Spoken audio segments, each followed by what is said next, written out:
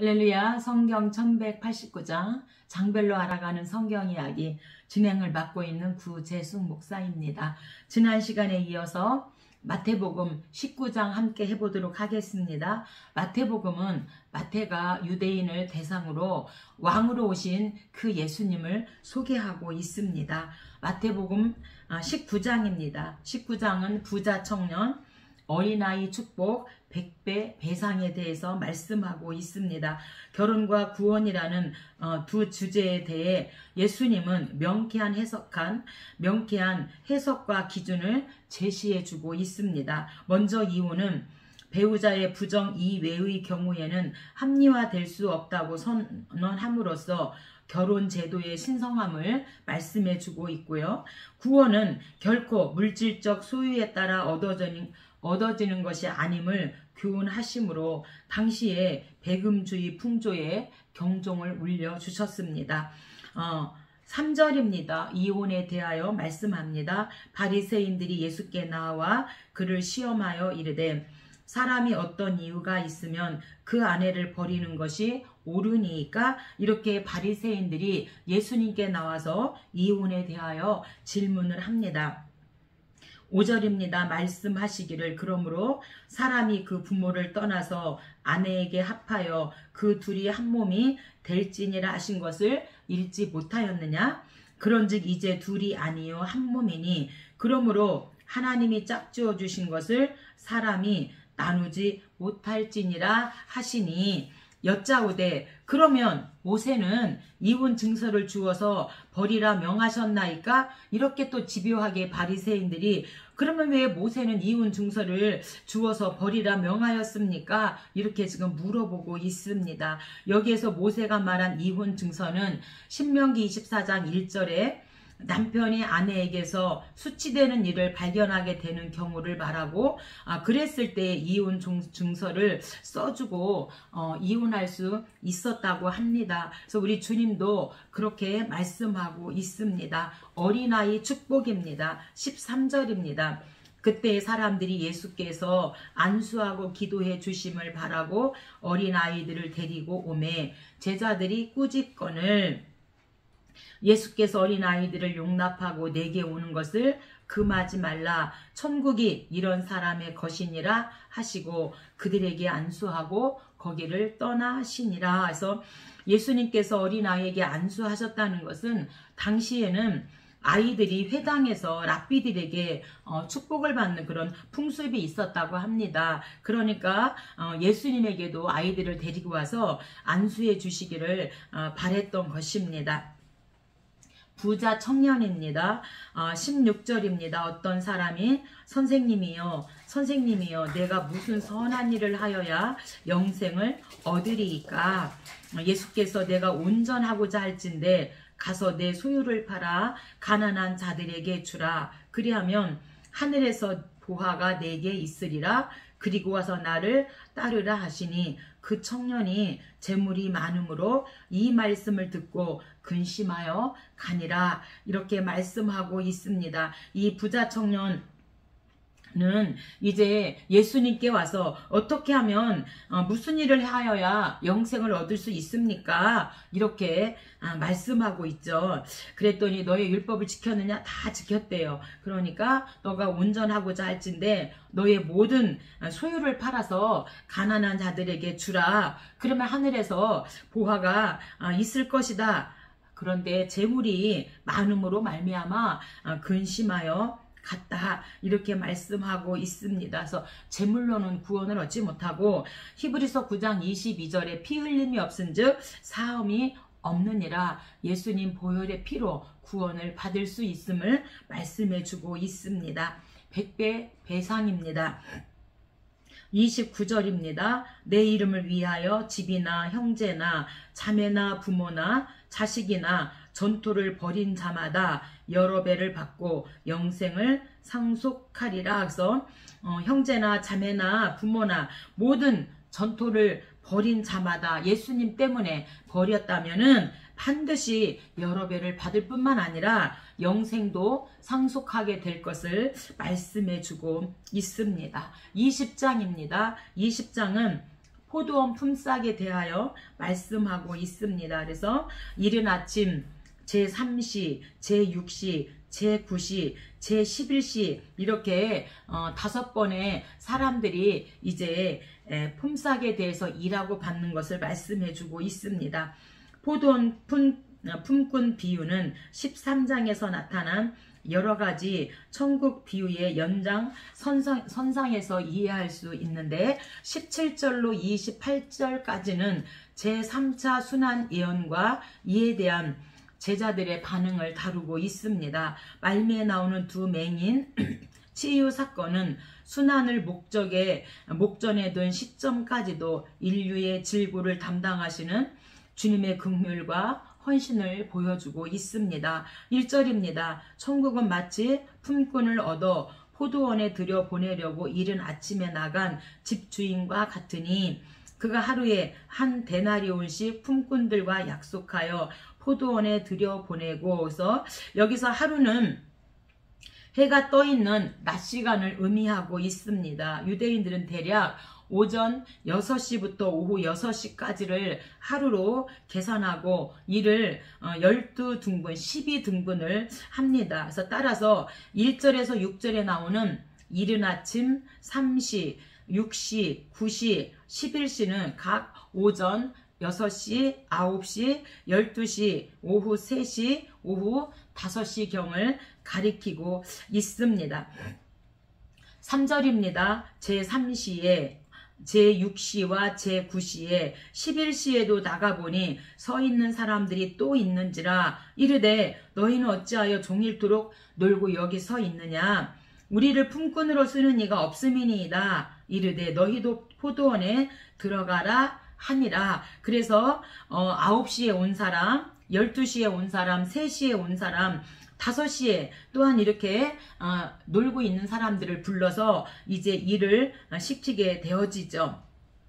9절입니다. 제11시에 온 자들이 와서 한 데나리온씩을 받거늘. 그래서 레위기 19장 13절과 신명기 24장 15절 빈민규례인데 의하면 가난한 사람들이 굶지 않도록 하기 위해서 일한 그날 저녁에 품삯을 지불했다고 합니다. 품삯 지불은 마지막에 온 사람부터 그렇게 시작되어진 것이죠.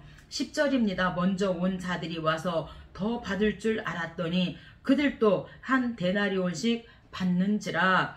받은 후 집주인을 원망하여 이르되 내가 나와 한 데나리온에 약속을 하지 아니하였느냐. 내 것이나 가지고 가라. 나중 온 이 사람에게 너와 같이 주는 것은 내 뜻이니라. 이렇게 이 집주인이 말씀하고 있습니다. 내 것을 가지고 내 뜻대로 할 것이 아니냐. 이와 같이 나중된 자로서 먼저 되고 먼저 된 자로서 나중되리라. 그래서 은혜 베푸는 것은 하나님의 절대 권한에 있다는 것을 보여주고 있습니다. 그래서 포도원 주인은 하나님이고 한 데나리온은 하나님의 구원과 은혜로 보면 되겠습니다. 구원은 그 은혜는 하나님의 선택한 사람에게 주시는 것이고 그 사람들이 언제 은혜를 받았든지 간에 모두가 동등하다는 것을 보여주고 있습니다. 구원을 주시는 분은 하나님이지 우리가 받고 싶다고 받을 수 있는 것이 아니기 때문에 은혜를 많이 안 주셨다고 불만을 품을 수도 없다고 말씀하고 있습니다. 즉 하나님이 이스라엘 민족을 먼저 선택하셨지만 구원에 대해서는 유대인들이나 나중에 예수님을 믿은 이방인, 오늘 저와 여러분이죠. 신자나 모두 동등한 하나님의 선택을 받은 똑같은 사람이라는 것을 말씀해 주고 있습니다. 20장입니다. 20장은 드디어 이제 우리 주님이 공생의 사역을 마치고 이제 십자가를 지기 위해서 예루살렘으로 들어오시는 입성입니다.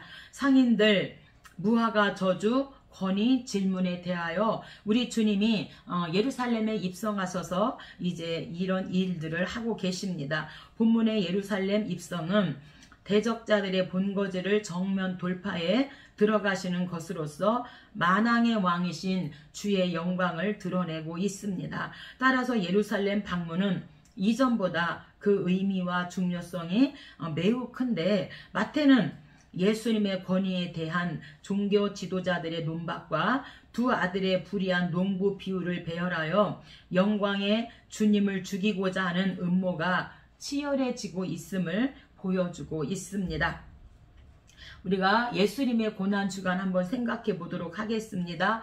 주일날 우리 예수님이 승리의 예루살렘 입성을 하시고요. 월요일날은 성전 정화를 합니다. 비둘기 파는 자들 이런 자들을 이제 내어 쫓으면서 성전 정화를 하시고, 화요일에는 공개적으로 논쟁을 하십니다. 그래서 세금, 계명, 부활, 누구의 자손인가에 대해서 바리새인들과 서기관들과 공개적으로 논쟁을 하시고요. 수요일 날에는 우리 주님이 침묵하시고, 목요일 날에는 우리 주님이 이제 유월절 만찬을 하시고 겟세마네 동산에서 땀방울이 변화 핏방울 되기까지 기도하시죠. 금요일은 이제 우리 예수님이 체포 및 이제 신문을 당하시고 십자가 처형을 당하게 되어지고, 토요일 날 무덤 안에 누워 계셨다가 주일 새벽에 우리 예수님이 부활하시는 일주일의 사건들을 이제 마지막으로 다루고 있습니다. 입성입니다. 10절. 예수께서 예루살렘에 들어가시니 온 성이 소동하여 이르되 이는 누구냐 하거늘. 그래서 우리 주님이 이제 십자가를 지기 위해서 예루살렘에 입성하시는 입성입니다.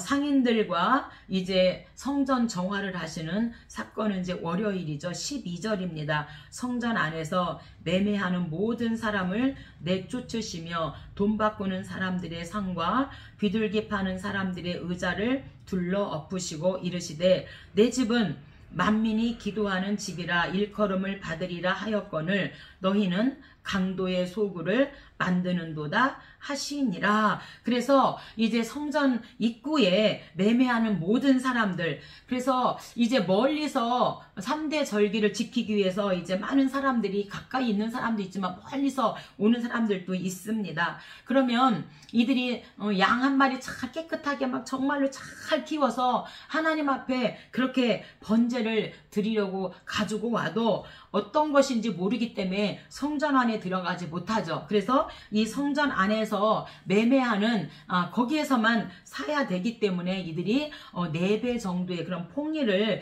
취하였다고 합니다. 그래서 우리 주님이 매매하는 모든 사람들을 내쫓고 돈 바꾸는, 그래서 하나님의 것은 하나님에게, 가이사의 것은 가이사에게, 그래서 이렇게 성전세, 성전에 바치는 그 돈, 그래서 돈 바꾸는 사람들의 그런 상, 비둘기 파는 사람들의 그런 의자를 둘러 엎으시면서 우리 주님께서 그 성전 안에 그 성전을 깨끗하게 정화하는 성전 정화입니다. 그리고 우리 주님이 내 집은 만민이 기도하는 집이지 이렇게 매매하고 폭리를 막 취하는 이런 곳이 아니다. 이렇게 어찌하여 너희가 강도의 소굴로 만드느냐 이러면서 우리 주님이 제일 먼저 입성하셔서 성전을 정화하십니다. 우리가 히스기야도 왕이 되고 제일 먼저 한 게 성전 정화를 하고 종교 개혁을 했는데 우리 주님도 제일 먼저 입성하셔서 성전을 정화시키십니다. 무화과 저주입니다. 18절이죠. 이른 아침에 성으로 들어오실 때에 시장하신지라 길가에서 한 무화과 나무를 보시고 잎사귀밖에 아무것도 찾지 못하시고 나무에게 이르시되 이제부터 영원토록 내가 열매를 맺지 못하리라 하시니 무화과 나무가 곧 마른지라. 그래서 이 무화과의 저주이죠. 그래서 예수님께서 무화과 열매를 구한 때는 태양력으로 3월에서 4월경으로 무화과 나무가 열매 맺는 그런 시기가 아닙니다. 무화과 나무는 보통 5월에서 6월에 열매를 맺고 이제 9월에서 10월쯤에 수확을 하게 되는데, 그럼에도 불구하고 우리 주님은 무화과 그 무성한 나무에서 열매를 얻지 못하자 그 나무를 저주하게 되어지는데, 우리 주님이 왜 그러셨을까요? 열매 맺는 그런 기한이 아닌데 왜 열매가 없다고 저주하셨을까요? 이것은 분명한 목적이 있다는 것입니다. 잎사귀만 무성하고 열매 없는 무화과 나무의 모습에서 당시 대제사장들과 서기관들 그리고 그들의 가르침을 받아서 오직 형식과 외식적인 신앙에 빠져있는 백성들의 그 모습을 우리 주님이 입성하셔서 본 것입니다. 헤롯에 의해 화려하게 46년 동안 지어졌던 성전은 로마에 의해 완전히 파괴되고 그 안에서 외식과 형식으로 제사를 드리던 유대인들이 하나님을 향한 신앙의 왜곡과 형식과 외식주의 신앙 때문이었기 때문에 우리 주님이 그 무화과 나무를 저주하셨다는 것입니다. 오늘 저와 여러분의 신앙생활도 가장 큰 적 중에 하나가 바로 경건의 모양은 있지만 우리가 경건의 삶을 살지 못한다는 데서 비롯되는다는 거죠. 그래서 능력이 없기 때문에 그런 경건한 삶을 살지 못하기 때문에 능력도 나타나지 않고 이제 책망하시는 것으로 끊임없이 자신을 쳐서 복종시키는 경건의 훈련이 필요한 것을 우리 주님께서 무화과 나무를 통하여 오늘 저와 여러분에게도 말씀하고 있다는 것입니다. 무슨 권위로 이런 일을 하느냐? 23절입니다. 예수께서 성전에 들어가 가르치실세 대제사장들과 백성의 장로들이 나와 내가 무슨 권위로 이런 일을 하느냐? 또 누가 이런 권위를 주었느냐? 예수께서 요한의 세례가 어디서부터 왔느냐? 하늘로부터냐? 사람으로부터냐? 이렇게 지금 대제사장들과 백성의 장로들이 예수님에게 함정 질문을 하고 있습니다. 그래서 무슨 권위로 이런 일을 네가 성전 막 정화를 하고 무슨 권위로 너가 이런 일을 하고 있어? 이렇게 지금 함정 질문을 하고 있습니다. 그런데 하나님의 권위 주장하면 예수님이 신성 모독죄가 되는 것이고 메시아 권위 주장하면 정치적 제목으로 로마에 고발당할 것이고 아무 대답도 못하면 사기꾼으로 몰려고 너가 무슨 권위로 이런 일을 하고 있느냐 이렇게 지금 이 대제사장들과 백성의 장로들이 함정 질문을 한 것이 무슨 권위로 이런 일을 하느냐 이렇게 말하고 있는데 우리 주님께서는 무슨 요한의 세례가 어디서부터 왔느냐 하늘로부터냐 사람으로부터냐 이렇게 다시 질문을 함으로 이들의 그 말을 더 이상 하지 못하도록 하고 있는 일입니다. 22장입니다. 22장은 우리 주님이 이제 화요일에 바리새인들과 함께 논쟁을 하고 있는데 논쟁의 사건이 뭐냐면 세금, 계명, 부활, 예수님은 누구의 자손인가 이렇게 네 가지 주제를 가지고 우리 주님과 함께 논쟁을 화요일에 벌이고 있습니다. 혼인잔치 비유는 지속적으로 하나님의 나라를 거부해온 유대 민족의 역사와 당시의 그 유대인에 대한 경고를 담고 있습니다. 네 가지 세금, 계명, 부활, 예수님은 누구의 자손인가의 논쟁에서 예수님은 유연하고도 명확하게 대답을 하십니다. 마지막 논쟁에서 예수님의 그 선제성, 처음부터 하나님과 함께 하셨다. 이렇게 그 선제성을 확증함으로써 그리스도를 단순한 한 인간으로 격화시키려는 그런 시도를 차단하고 계십니다. 세금입니다. 15절.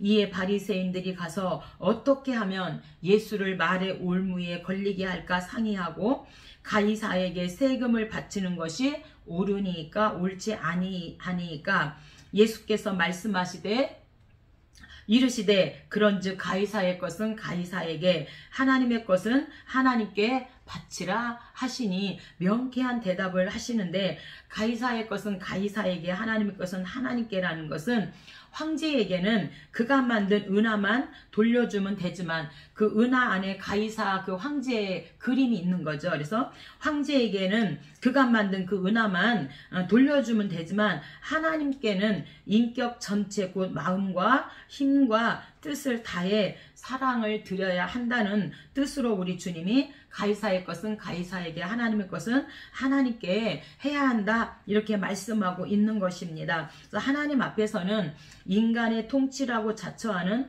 로마 황제마저 하나님의 피조물로서 똑같이 하나님의 것은 하나님께 바쳐야 할 의무가 있음을 우리 주님이 말씀해 주고 있습니다. 부활입니다. 23절입니다. 부활이 없다 하는 사두개인들이 예수께 와서 물어 이르되 부활 때에 7 중에 누구의 아내가 되리이까? 부활 때에는 장가도 아니가고 시집도 아니가고 하늘에 있는 천사들과 같으니라. 그래서 이 바리새인들은 예수님의 부활을 인정하지만 사두개인들은 예수님의 이 부활을 인정하지 않고 믿지 않습니다. 근데 이 사두개인은 다윗 시대의 대제사장이었던 사독의 후예들이 사두개인이죠. 그래서 사독을 계승한 것으로 간주되는 유대교의 한 종파가 바로 사두개인입니다. 그들은 바리새인들과는 달리 기록된 모세 오경만 인정하고 내세 부활, 천사의 존재 등은 부인하고 믿지 않는 것입니다. 당시 사내들인의 그 주요 구성원 대제사장들과 장로들은 주로 사두개인들이었고 귀족 계급을 형성하여 정치적으로 가장 큰 영향력을 행사하였다고 합니다. 그래서 당연히 친로마적이었는데 이들이 지금 질문을 하는 겁니다. 부활 때에 7 중에 아내가 있었는데 그러면 누구의 아내가 되겠습니까? 부활을 믿지 않기 때문에 이렇게 질문을 할 때 우리 주님이 30절에 부활 때는 장가도 아니가고 시집도 아니가고 하늘에 있는 천사들과 같다. 그래서 천사들과 같다는 것은 부활한 사람들은 천사들과 같이 되어 부인이나 남편을 가진 일이 없다. 그것은 그 부활 세계의 목적과 중심이 하나님과의 교제에 있음을 의미하고 있습니다. 그래서 민수기 25장 계대 결혼을 들어서 지금 이 사두개인들이 부활에 대한 질문을 한 것이죠.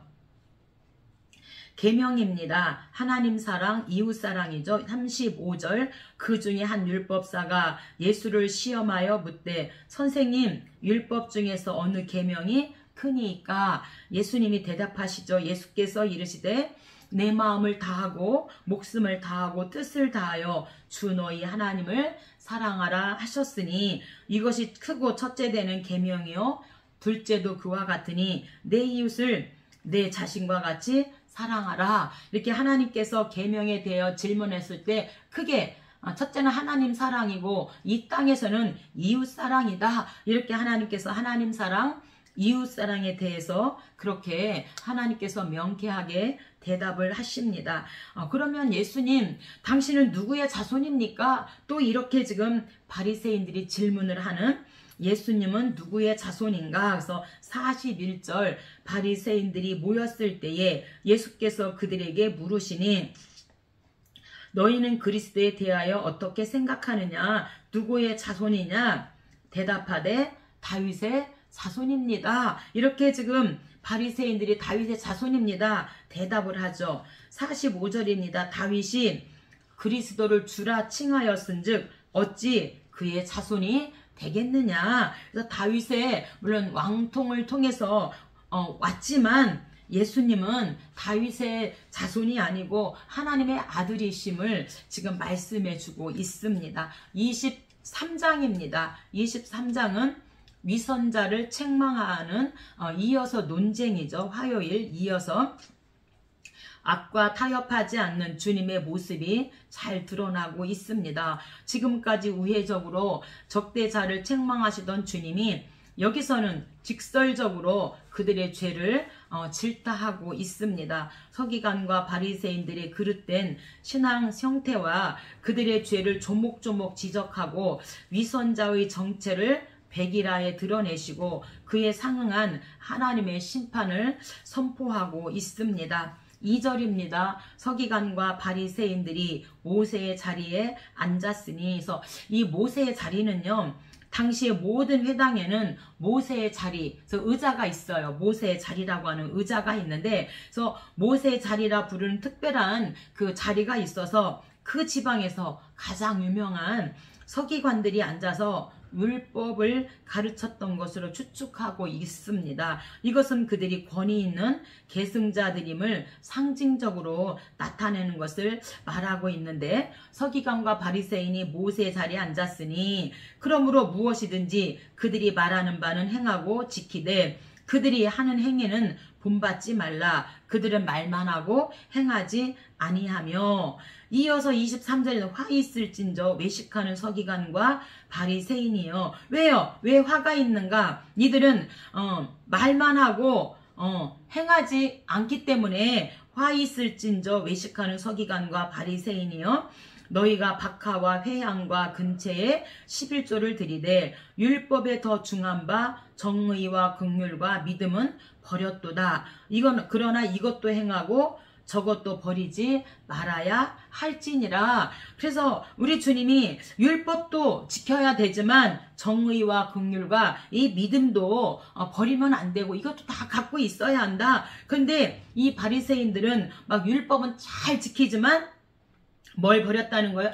정의와 긍휼과 믿음은 버렸다. 그래서 화 있을진저 이 외식하는 서기관과 바리새인이요, 이 독사의 자식들아, 이렇게 우리 주님이 책망하고 있습니다. 그래서 박하와 회향과 근체는요, 음식을 향기롭게 만드는데 이용되는 풀로서 의학 재료로도 사용되었다고 합니다. 율법의 원래 그 정신은요, 정의와 긍휼과 믿음인데, 정의는 실천적 측면에서의 인간관계의 올바름을 말하고 있고, 긍휼은 불쌍한 자에게 자비를 베푸는 것이고요. 믿음은 하나님에 대한 신뢰와 이웃에 대한 신뢰를 말하고 있는데, 이 바리새인들과 사두개인들은, 서기관들은 이렇게 정의와 긍휼과 믿음은 저버렸다. 그래서 외식하는 자라고 우리 주님이 지금 책망하고 있습니다. 24장입니다. 24장은 재림, 징조, 마지막 때에 어떤 일들이 일어나겠습니까? 이렇게 지금 징조에 대해서 질문을 합니다. 마지막 때 주님이 오실 때가 되면 거짓 그리스도, 전쟁과 기근과 지진이 일어날 거야. 이렇게 지금 말씀해 주고 있습니다. 24장 재림 징조의 내용을 어느 특정한 역사와 연결시키고자 해서는 안 되고, 이 예언은 1차적으로는 예루살렘 멸망을, 그리고 궁극적으로는 인류 종말의 상황을 그리고 있기 때문입니다. 3절입니다. 예수께서 감람산 위에 앉으셨을 때에 제자들이 조용히 와서 이르되 주의 임하심과 세상 끝에는 무슨 징조가 있사오리이까? 이렇게 재림 징조에 대해서 제자들이 예수님께 질문을 합니다. 그래서 세상 끝날에 무슨 징조가 있겠습니까? 이것은 이런 일은 성전의 파괴를 가리키는, 예루살렘 성전이 파괴된 것을 말하고 있죠. 제자들은 성전의 파괴와 예수님의 재림, 세상의 종말이 동시에 있을 거라고 생각했기 때문에, 예루살렘이 성이 파괴되고 무너지니까 세상 끝날에 어떤 일이 일어나겠습니까? 이렇게 재림의 징조에 대해서 질문을 하고 있습니다. 4절입니다. 예수께서 대답하여 이르시되 너희가 사람의 미혹을 받지 않도록 주의하라. 많은 사람이 내 이름으로 와서 나는 그리스도라 하여 많은 사람을 미혹하리라. 그래서 이 미혹은요, 속이다, 잘못된 길로 이끌다, 타락하게 하다라는 뜻을 가지고 있습니다. 그래서 적그리스도, 거짓 그리스도를 말하고 있습니다. 거짓 선지자를 말하고 있죠. 그래서 막 그런 처음에 그렇게 미혹 당하게 되면 막 기적도 일어나고 막 죽은 자가 엄청난 그런 일들로 미혹한다는 거예요. 속지 말라는 거죠. 그래서 항상 우리가 말씀 중심으로 가야 됨을 말씀하고, 절대로 이 미혹되어져서는 안 된다. 나는 그리스도라 많은 사람을 미혹하는데 그냥 그리스도라고 믿는 게 아니죠. 막 기적과 이적이 막 행하고 이렇게 하기 때문에 사람들이 거기에 미혹되어질 것이다. 이렇게 그러나 미혹을 받지 않도록 주의하라고 우리 주님이 당부를 하고 있습니다. 7절입니다. 민족이 민족을, 나라가 나라를 대적하여 일어나겠고 곳곳에 기근과 지진이 있으리니. 그래서 주님이 오실 때가 되면은 전쟁과 기근과 지진이 처처에 있게 될 것이다. 이렇게 지금 말씀합니다. 29절입니다. 그날 환난 후에 해가 어두워지며 달이 빛을 내지 아니하며 별들이 하늘에서 떨어지며 하늘의 권능들이 흔들리리라. 그래서 해, 달, 별 이런 천체에도 우리 주님이 올 때가 되면 이상이 있을 것을 말씀하고 있습니다. 25장입니다. 25장은 열처녀 비유와 달란트 비유, 그 다음에 양과 염소 구분, 최후 심판에 대해서 우리 주님이 25장에서 말씀하고 있습니다. 열처녀 비유는 항상 대비하는 자세에 대해서, 달란트 비유는 맡은 일에 충성해야 함을 말씀하고, 양과 염소의 비유는 종말론적 심판을 기억하면서 이웃에게 선을 베풀기에 힘써야 함을 말씀하고 있습니다. 한편 25장에 그러니까 23장부터 시작된 종말과 심판에 관한 강화가 25장에서 이제 마감되고 있음 또한 눈여겨보아야 합니다. 1절입니다. 그때 천국은 마치 등을 들고 신랑을 맞으러 나간 열처녀와 같다 하리니. 그래서 등을 들고는 당시 유대인들의 그 결혼식은 보통 초저녁이나 밤에 거행되기 때문에 여기서 등은 감람류를 듬뿍 적신 그런 헝겊을 구리 접시 안에 담아서 긴 막대기 끝에 고정시킨 그런 횃불로 추측하고 있습니다. 미련한 자들은 등을 가지되 기름을 가지지 아니하고 슬기 있는 자들은 그릇에 기름을 담아 등과 함께 가져갔더니. 그래서 열처녀, 신랑을 맞으러 나간 이 열처녀는 신부가 아니라 신부의 들러리들이라고 말씀하고 있습니다. 그래서 대개 신부의 절친한 친구들로서 이 들러리들은 신부를 준비시키고 함께 신랑을 맞으러 나가는 것이 유대의 그 전형적인 결혼 풍습이었다고 합니다. 어쨌든 미련한 자들은 등을 가지되 기름을 가지지 않았고, 슬기 있는 자들은 그릇에 기름을 담아 등과 함께 가져갔다. 이렇게 말씀하고 지혜로운 열처녀 중에 5처녀를 우리에게 말씀하고 있습니다. 달란트 비유입니다. 14절 어떤 사람이 타국에 갈 때 그 종들을 불러 자기 소유를 맡김과 같으니 각각 그 재능대로 한 사람에게는 금 5달란트를, 한 사람에게는 2달란트를, 한 사람에게는 1달란트를 주고 떠났더니 5달란트 받은 자는 바로 가서 장사하여 또 5달란트를 남기고 2달란트 받은 자도 그같이 하여 또 2달란트를 남겼으되 1달란트 받은 자는 가서 땅을 파고 그 주인의 돈을 감추어 두었더니. 그래서 한 데나리온은요 노동자 하루 품삯입니다. 그래서 약 7만원에서 10만원 정도 우리가 노동자들의 그 하루 일당을 이렇게 생각하면 될 것 같고요. 한 달란트는요, 한 달란트가 6천 데나리온이거든요. 그러니까 6천 데나리온 곱하기 하루 일당 7만원을 잡으면 6, 7이 42, 한 달란트가 약 4억 2천 정도 되고요. 약 10만원을 잡으면 한 달란트가 약 5억이 되는 거예요. 그러니까 우리가 한 달란트, 애게 근데 한 달란트가 5억 정도 되는 거죠.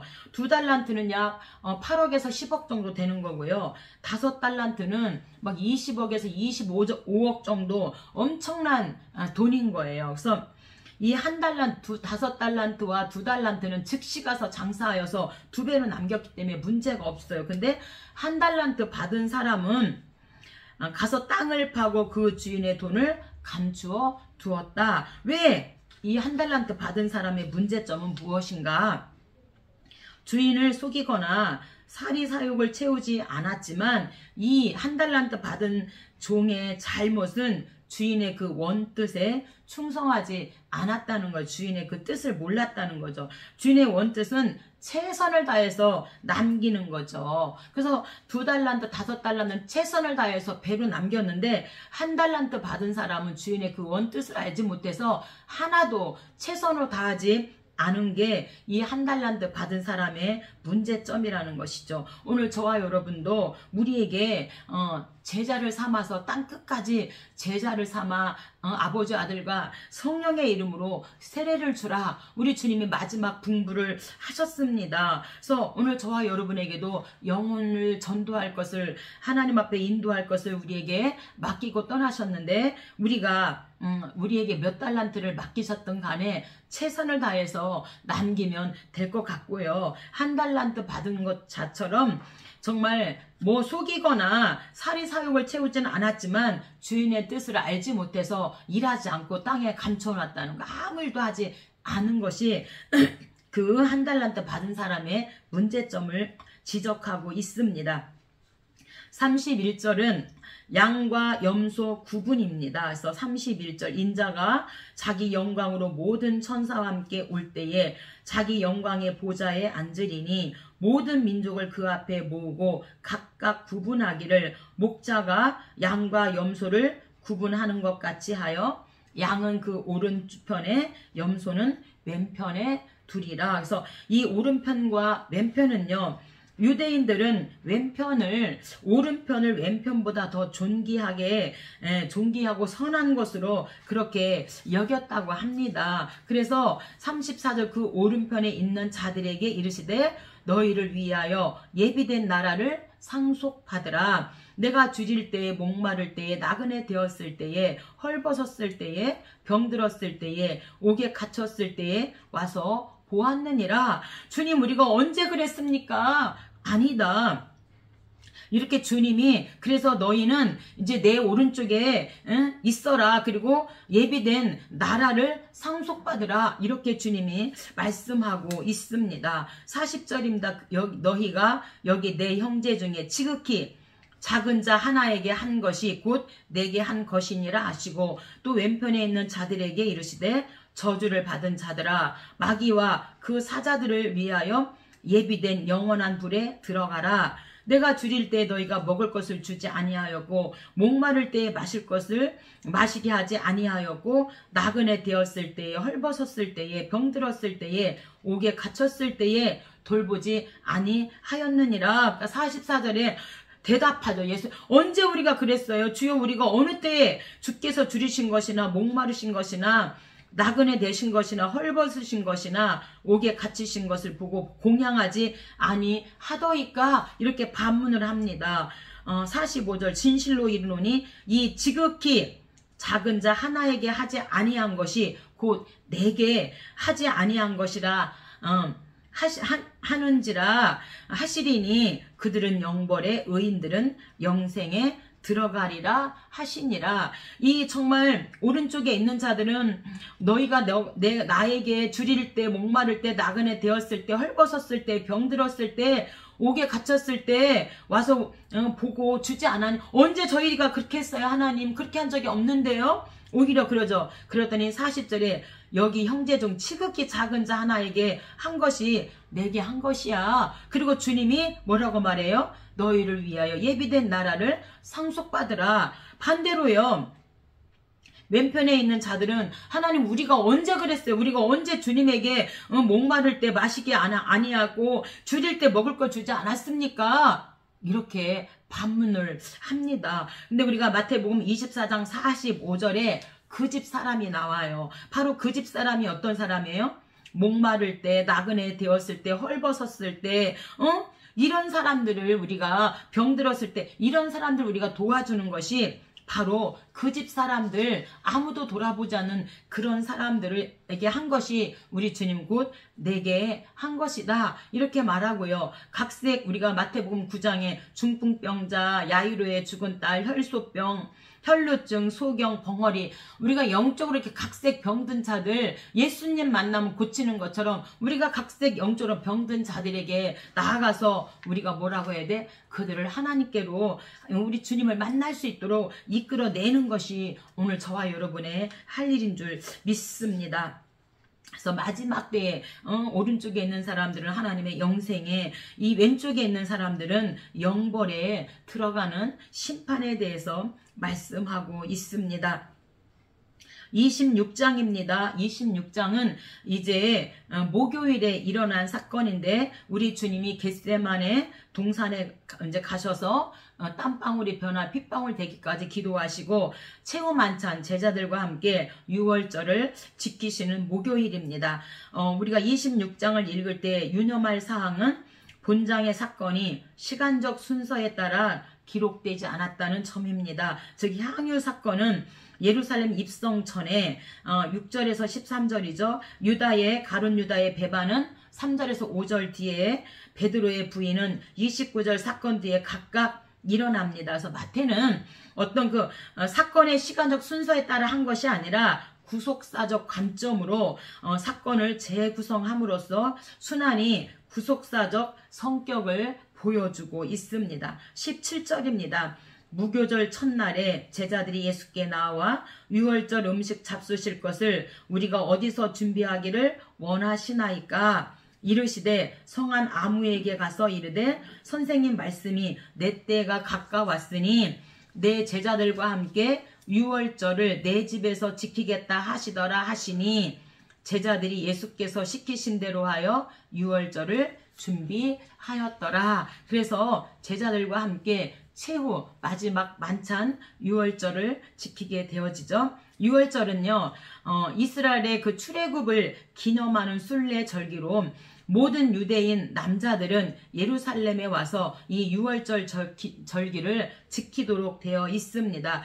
유월절 만찬은 유대인의 원력으로 니산월 3월에서 4월경 14일에 해가 진 후 저녁에 행해졌습니다. 그리고 유월절에 이어 누룩 없는 떡을 먹는 기간이 무교절. 그래서 14일, 15일부터 21일까지 이제 누룩 없는 떡을 그렇게 이들이 먹게 되어지죠. 그래서 유월절입니다. 36절입니다. 예수께서 제자들과 함께 겟세마네라 하는 곳에 이르러 내가 저기 가서 기도할 동안에 너희는 여기 앉아 있으라 하시고 제자들에게 오사 그 자는 것을 보시고 베드로에게 말씀하시되 너희가 나와 함께 1시간도 이렇게 깨어있을 수 없더냐. 그래서 우리 주님이 그 자는 것을 보시고 시험에 들지 않게 깨어 기도하라. 우리 주님은 지금 이제 이 밤이 지나면 이제 내가 십자가 처형을 하게 되어져서 땀방울이 변하여 핏방울 되기까지 너무 가슴이 아파서 주님 앞에 아버지야 할 말씀이 이 잔을 내게서 옮기시옵소서 이렇게 주님 앞에 기도하고 있는데 제자들은 지금 뭐 하고 있어요? 졸고 있는 거예요. 우리 주님이 내가 죽었다 3일 만에 살아나리라 말했지만 제자들은 아직 현실화되지 않았기 때문에 아직까지 그 인정을 못하고 있는 거죠. 42절 두 번째 나아가 기도하여 이르되 아버지여 만일 내가 마시지 않고는 이 잔이 내게서 지나갈 수 없거든 아버지의 원대로 되기를 원하나이다 하시고 다시 오사 보신즉 그들이 자니 그들의 눈이 피곤함 이러라. 우리 주님은 정말 애가 타는데 나를 위해서 좀 기도해줘. 근데 이 제자들은 계속해서 뭐하고 있어요? 졸고 있는 거예요. 44절 세 번째 같은 말씀으로 기도하신 후 일어나라 함께 가자 보라 나를 파는 자가 가까이 왔느니라. 그래서 겟세마네 동산에서 기도하실 때 주님의 땀방울은 피로 변해 네 이렇게 겟세마네 동산에서 우리 주님은 땀방울이 변한 핏방울 되기까지 이렇게 우리 주님이 십자가를 지기 위해서 기도하셨음을 말씀해 주고 있습니다. 27장입니다. 27장은 금요일에 일어난 사건이죠. 드디어 우리 주님이 이제 십자가를 지게 되어지는 십자가입니다. 그래서 우리 주님이 아침 9시부터 오후 3시까지 6시간 만에 이제 십자가에서 물 한 방울, 피 한 방울 남기지 않으시고 십자가에서 이제 죽으시는 십자가 사건입니다. 빌라도에게 신문을 받으면서도 예수님은 침묵으로 일관하사 구약의 예언을 성취시켰을 뿐 아니라 궤변을 일삼으며 사형을 선고하는 불의한 세상에 대해 일침을 가하십니다. 구세주를 못 박는 무리들을 구원하시는 예수님, 이것은 인간 양심과 부패함과 그러한 인류까지도 구속하시려는 주님의 절절하신 사랑을 십자가에서 드러내고 계십니다. 1절입니다. 새벽에 모든 대제사장과 백성의 장로들이 예수를 죽이려고 함께 의논하고, 새벽은요, 사내들이는 목요일 늦은 밤부터 금요일 새벽 사이에 예수님을 신문하고 이제 사형까지 확정을 합니다. 그런데 당시에 유대법으로는 사내들인을 밤에 소집할 수 없었기 때문에 이 종교 지도자들은 합법을 가장하기 위해서 동이 트자마자 즉시 특별 회의를 소집하여서 이미 합의한 대로 예수님께 사형 선고를 내리게 되어집니다. 하루 만에 사형 선고를 내리는 법이 어디 있습니까? 35절입니다. 그들이 예수를 십자가에 못 박은 후에 그 옷을 제비 뽑아 나누고 제9시쯤 예수께서 크게 소리질러 이르시되 엘리 엘리 라마 사박다니 하시니 이는 곧 나의 하나님 나의 하나님 어찌하여 나를 버리셨나이까 하는 뜻이라. 예수께서 다시 크게 소리 지르시고 영원히 떠나시니라. 이에 성소 휘장이 위로부터 아래까지 찢어져 둘이 되고 무덤들이 열리며 자던 성도의 몸이 많이 일어나되, 그래서 무덤들이 열리고 자던 성도들의 몸이 일어났다는 것은 예수님이 사망을 정복하셨음을 의미하고 있습니다. 그래서 우리 주님이 십자가에서 온 인류를 구원하시기 위해서 십자가에서 우리 주님이 이제 죽으셨습니다. 마지막 28장입니다. 이제 예수님의 부활이죠. 그래서 예수님의 부활, 주일 새벽에 예수님이 부활하셨습니다. 주님은 말씀하신 대로 3일 만에 살아나셨습니다. 이로써 약속의 신실성과 메시아 되심이 증명되었습니다. 부활은 성자의 구속 사역을 성부께서 온전히 인정하셨다는 의미도 있습니다. 부활은 현재의 고난 속에서도 내세의 소망 가운데 역동적인 신앙생활을 하게 해주는 원동력이 되고 있습니다. 부활을 증거하는 일은 모두에게 요구되는 삶의 최우선 순위가 바로 부활 증거입니다. 1절입니다. 안식일이 다 지나고 안식 후 첫날이 되려는 새벽에 막달라 마리아와 다른 마리아가 무덤을 보려고 갔더니, 그래서 안식 후 첫날, 오늘날의 일요일에 해당되어집니다. 그래서 구원 사역의 완성을 의미하는 예수님의 부활이 안식 후 첫날 일요일에 이루어졌기 때문에 초대교회 때부터 이날을 이제 우리가 주일로 지키고 있습니다. 그래서 하나님의 교회나 안식교는 안식일 토요일 날 지키고 있지만 우리 주님이 안식 후 첫날 주일에 일요일에 부활하셨기 때문에 초대교회 때부터 우리는 주일날 하나님 앞에 이렇게 예배를 드리고 있지요. 6절입니다. 그가 여기 계시지 않고 살아나셨느니라. 아멘. 예수님이 살아나셨어요. 부활하셨어요. 와서 그가 누우셨던 곳을 보라. 그 여자들이 무서움과 큰 기쁨으로 빨리 무덤을 떠나 제자들에게 알리려고 다름질할세. 예수께서 그들을 만나 이르시되 평안하냐 하시거늘 여자들이 나아가 그 발을 붙잡고 경배하니 예수께서 나와 말씀하여 이르시되 하늘과 땅의 모든 권세를 내게 주셨으니. 그래서 우리 주님에게 모든 권세를 주셨다고 하는 것은 예수님은 지상 명령을 제자들에게 부여하시기 전에 이러한 선언을 하심으로써 그들이 순간순간 그리고 날마다 그분을 의지할 수 있도록 하나님께서 하늘과 땅의 모든 권세를 주셨다. 그래서 하늘과 땅의 모든 권세를 주신 그 주님을 의지하라고 이렇게 말씀하고 있는 거죠.